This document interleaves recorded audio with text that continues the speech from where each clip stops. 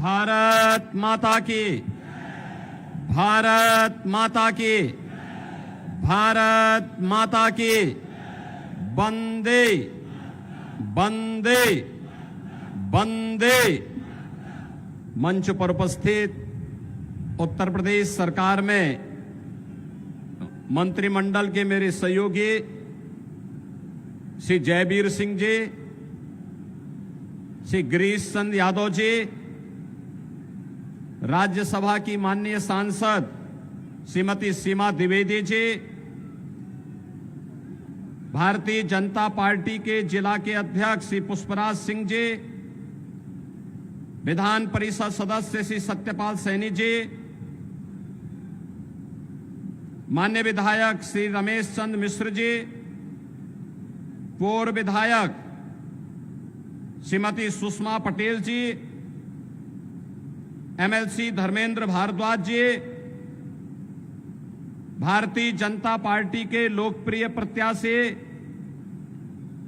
श्री कृपा शंकर सिंह जी, भारतीय जनता पार्टी और एनडीए के हमारे सभी सहयोगी दलों के पदाधिकारीगण, भारी संख्या में उपस्थित इस मोगरा बादशाहपुर के उपस्थित मेरे सभी बहनों और भाइयों, आज मुझे एक बार फिर से जौनपुर की इस धरा पर जौनपुर संसदीय क्षेत्र से जुड़े हुए मतदाताओं से अपील करने का अवसर प्राप्त हो रहा है।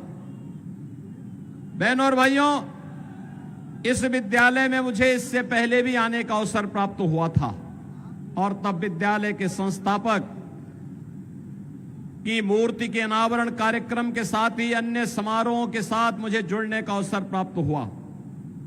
आज मुझे आप ही की इसी माटी के सपूत और जिन्होंने यहां पर एक सामान्य परिवार में जन्म लेकर के अपने परिश्रम से, अपने पुरुषार्थ से मुंबई में, महाराष्ट्र में अपनी एक पहचान बनाई, ऐसे कृपा शंकर के लिए, आपकी कृपा के लिए अपील करने के लिए आपके बीच में आना पड़ा है। बहनों और भाइयों, लोकसभा चुनाव के अब तक के 5 चरण संपन्न हो चुके हैं और मैं आपसे कह सकता हूं पूरे देश के अंदर एक ही धूम मची है, एक ही लहर है, एक ही नारा गूंज रहा है, एक ही स्वर में पूरा देश बोल रहा है, वह है कि फिर एक बार, फिर एक बार, फिर एक बार और अब की बार 400 पार। 400 पार की बात होती है। बहनों और भाइयों, सबसे जो बुरी स्थिति होती है वो समाजवादी पार्टी की होती है, क्योंकि ये पार्टी तो एक क्षेत्रीय पार्टी है, कुल 60-62 सीटों पर चुनाव लड़ रही है और प्रदेश के बाहर मध्य प्रदेश में इसने खजुराहो में नामांकन किया तो प्रत्याशी अपना नामांकन ही गलत भर दिया और कोई लड़ने के लिए नहीं मिला। और अब तो समाजवादी पार्टी की और कांग्रेस की स्थिति क्या है ये आप देख रहे होंगे।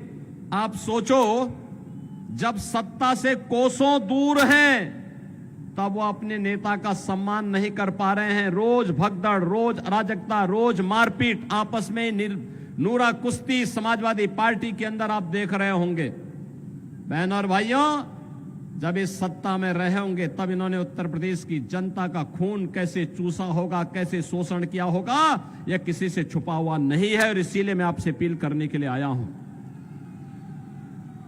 मैं इसीलिए आपसे अपील करने के लिए आया हूं। लोकसभा चुनाव के 5 चरणों के माध्यम से आज भारतीय जनता पार्टी 400 पार के लक्ष्य को प्राप्त करने की ओर तेजी से अग्रसर हो रही है और इस 400 पार के लक्ष्य में हमें जौनपुर सीट भी चाहिए। इसी के लिए आपसे अपील करने के लिए मैं आपके बीच आया हूं। वैसे जनता जनार्दन स्वयं इसका जवाब दे रही है। जनता कह रही है 400 पार मोदी जी को इसलिए मिलेगा क्योंकि जनता की भावनाओं का उन्होंने सम्मान किया। तो ये सपा कांग्रेस के लोग पूछते हैं कौन सा सम्मान, तो तो जनता कहती है जो राम को लाए हैं हम उनको लाएंगे। तो राम को लाने वाले कौन है? मोदी जी। और 500 वर्षों का इंतजार समाप्त कराने वाले कौन हैं? मोदी जी। और बहनों और भाइयों, आपने देखा होगा, एक तरफ राम भक्त हैं जो राम के प्रति अपना सर्वस्व न्यौछावर करते हुए भारत को दुनिया की एक बड़ी ताकत बनाना चाहते हैं। दूसरी तरफ रामद्रोही हैं, वे राम का तो विरोध करते ही करते हैं, लेकिन राजनीति के इस हद तक गिर जाते हैं कि अब भारत का ही विरोध कर रहे हैं। क्या कहते हैं ये लोग? कहते हैं कि पाकिस्तान को धमकी मत दीजिए, उसके पास एटम बम है।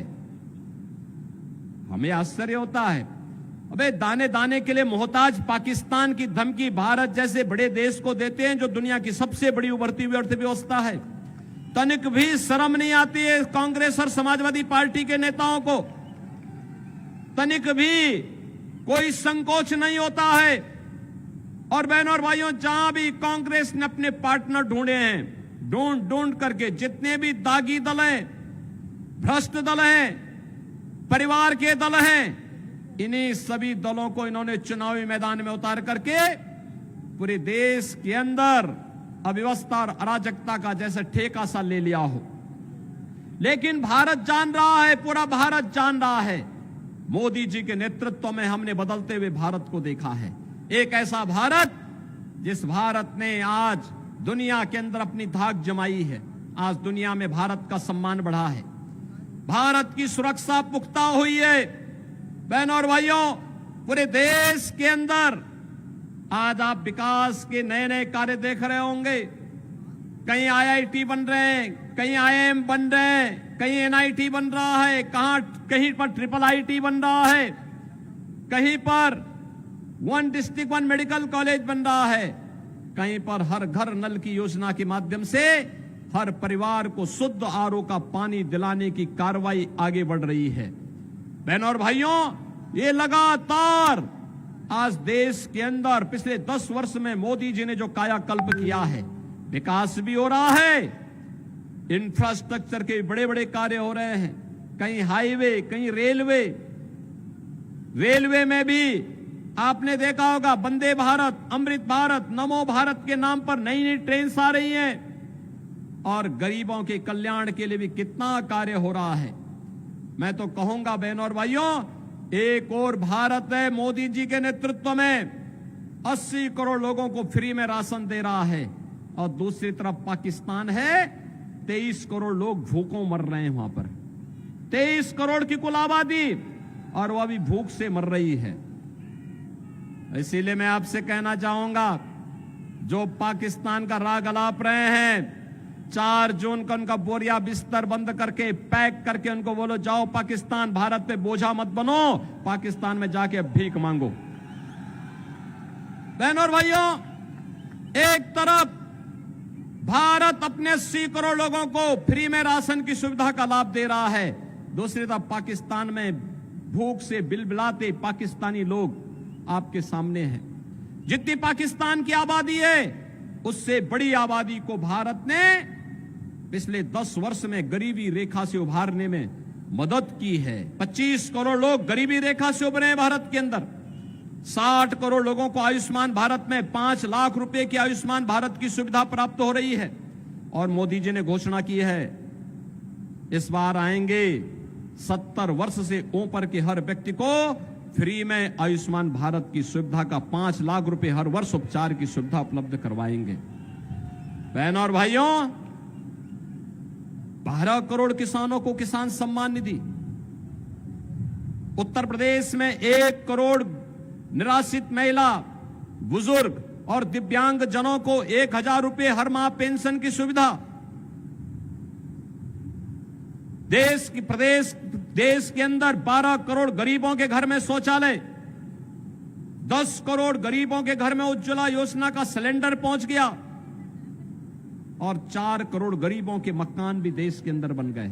और मोदी जी ने घोषणा की है, इस बार आएंगे तो बाकी बचे हुए गरीबों का भी मकान बनाएंगे।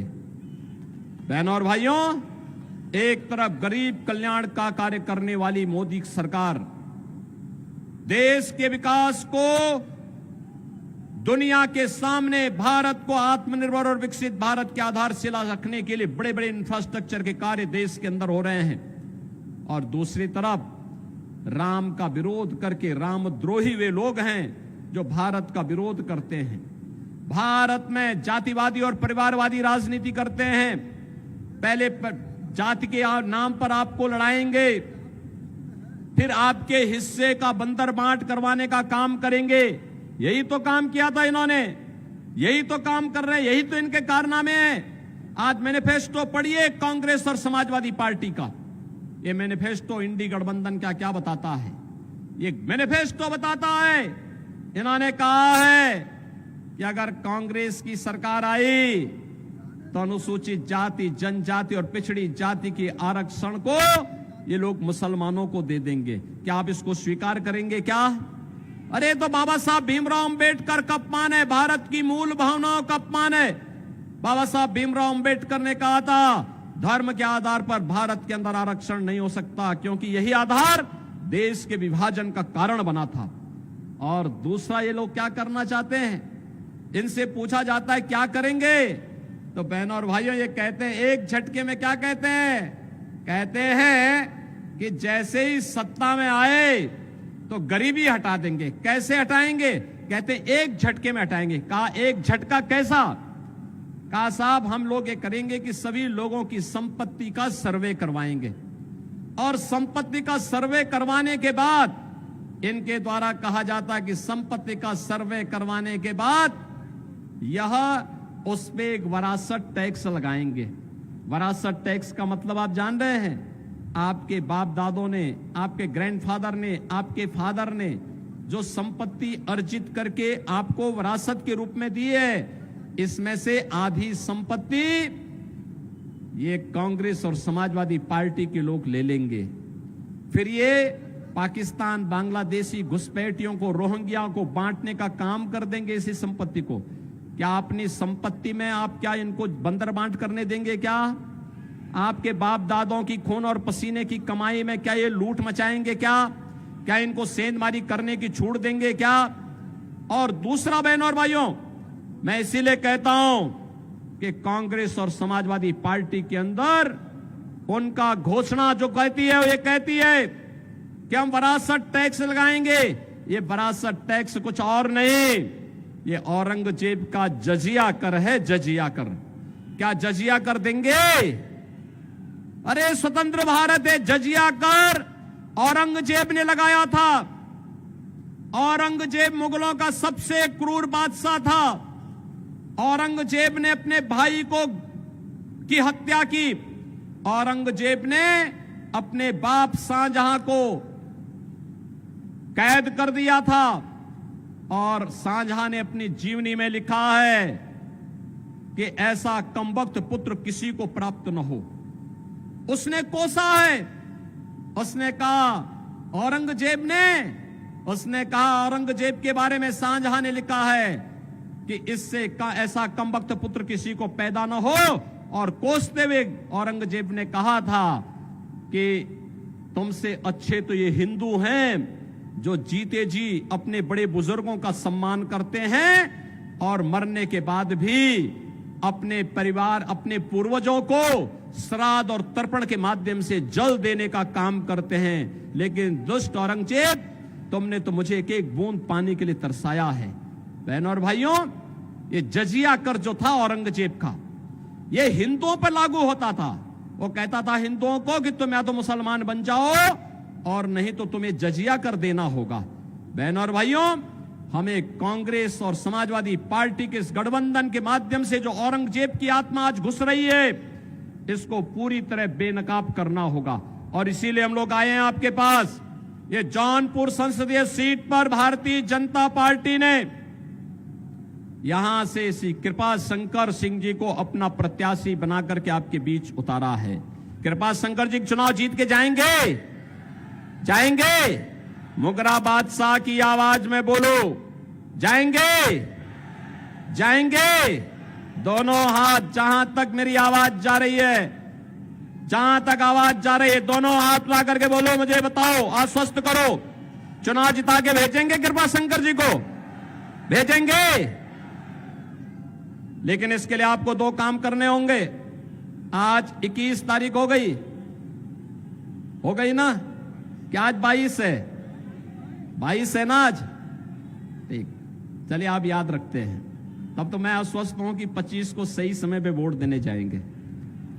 तो आज 22 हो गई, 23 और 24 2 दिन का समय आपके पास है। इन 2 दिनों में कितने लोग ऐसे हैं जो कमल चुनाव चिन्ह के साथ फिर एक बार मोदी सरकार बनाने के लिए 10-10 घरों में जाकर के प्रत्येक सदस्य से मिलकर के कमल खिलाने का आग्रह कर सकते हैं? कितने लोग हैं? अभिनंदन आपका। आप तो पूरा ही मुगरा बादशाहपुर तैयार है। बहनों और भाइयों, 10-10 घर में 2 दिन में 20 घर में कवर करते हुए 25 मई को प्रत्येक परिवार को, प्रत्येक मतदाता को, वयस्क मतदाता को मतदान केंद्र पर ले जाकर के कमल खिलाने की आवश्यकता है। खिलाएंगे, खिलाएंगे बहनों और भाइयों, कमल खिलाएंगे। और जिन लोगों ने पानी के लिए तरसाया है, पहचान के लिए तरसाया है, जिन लोगों ने विकास के लिए तरसाया है, जिन लोगों ने उत्तर प्रदेश के विकास को बाधित करते हुए माफियाओं को संरक्षण दिया है, ऐसी समाजवादी पार्टी की जमानत को जब्त करवाने का काम करेंगे। तो फिर मेरे साथ बोलेंगे, भारत माता की, भारत माता की, भारत माता की जय श्री राम, जय श्री राम, जय जय श्री राम।